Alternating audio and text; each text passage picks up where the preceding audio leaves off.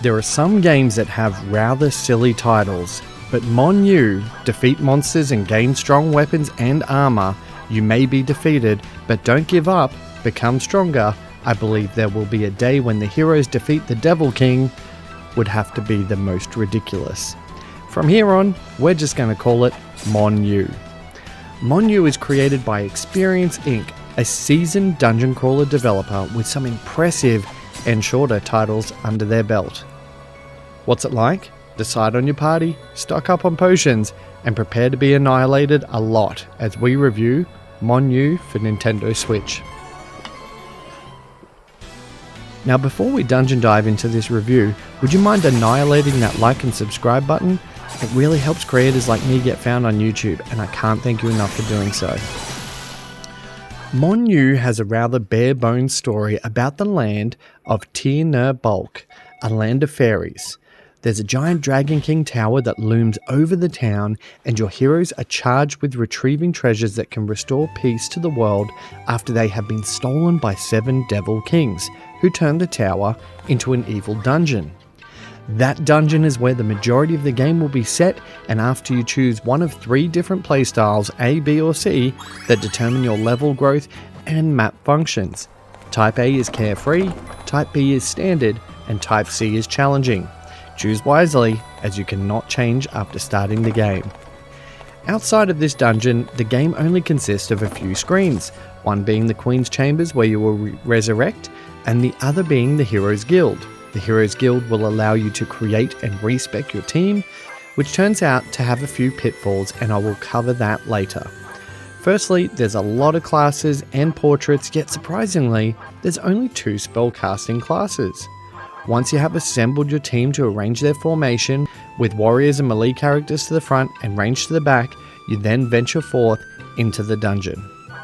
All of this seems fairly standard, and if you've played any dungeon crawlers, you'll know that your party moves as one across a tile set to battle enemies, recover treasures, and in this particular game, hunt down keys to unlock new areas before taking on the Devil King on each level. If you die, or are annihilated as they say in the game, you will resurrect in the Queen's Chamber, who offers you a small HP and MP boost and sends you back on your merry way. Defeating enemies level up your character and your gear. The rarer the gear, the higher it can go.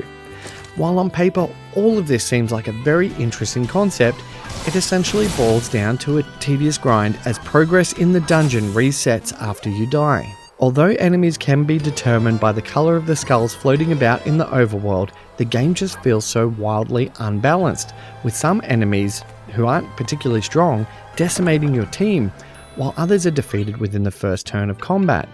You can auto-battle, or you can battle traditionally by manually selecting your options like skills and attacks, or rapidly deploy your last moveset. Unfortunately, the rapid auto battle just doesn't have much success, which makes grinding even more tedious. I found in my experience with the game that while it offers you the freedom of choice for your party makeup, it certainly won't work out for you in the end, and I found myself respecking my party after the first 2 hours to make things a little bit easier. Except it didn't, as I had to then either purchase or obtain new weaponry from within the dungeon and level it up again. And loot isn't party specific, so I had an inordinate amount of daggers and fist weapons that nobody could use, which only sold for a few gold coins in order to buy new gear. Graphically, Mon Yu is actually quite nice with the 2D drawn enemies and cast, but relies heavily on recycling said enemies with a different colour palette, and since the entire game is set in the same tower, the environments just aren't that varied. Effects are kept to a minimum, and because of that, it runs absolutely fine. For my vision impaired dungeon divers, Mon Yu utilises bright and contrasting colours and a bright and well designed UI. So despite there being no accessibility options, it should be easier to play than something like Legend of Grimrock. The game will take approximately 28 hours to finish for accomplished dungeon crawlers, so there is a lot of game there for people who don't mind the grind. Admittedly, I retired before seeing the final Demon King fall. While I have enjoyed similar dungeon crawlers like Legend of Grimrock, I personally just had an awful experience with this game. It's unbalanced, and the freedom it offers you is an illusion, forcing you to either repeatedly grind the same areas until you die over and over again.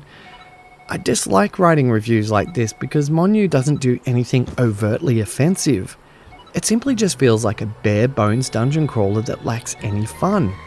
At almost $70 Australian, there are much better dungeon crawlers out there for a fraction of the price. For this gamer, Mon Yu is a battle that I'm glad to be able to run from. So, what's it like? Mon Yu is like Etrian Odyssey crossed with Legend of Grimrock. I award it a 56 out of 100. In the interest of full disclosure, a review copy was provided by the publisher, but this does not affect my score.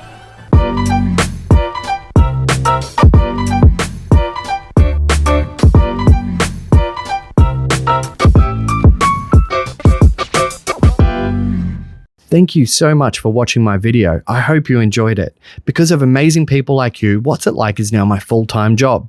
I also do want to do a special shout out to my Patreons, S Hill, K Skip, and D Kite. I couldn't have done it without your support.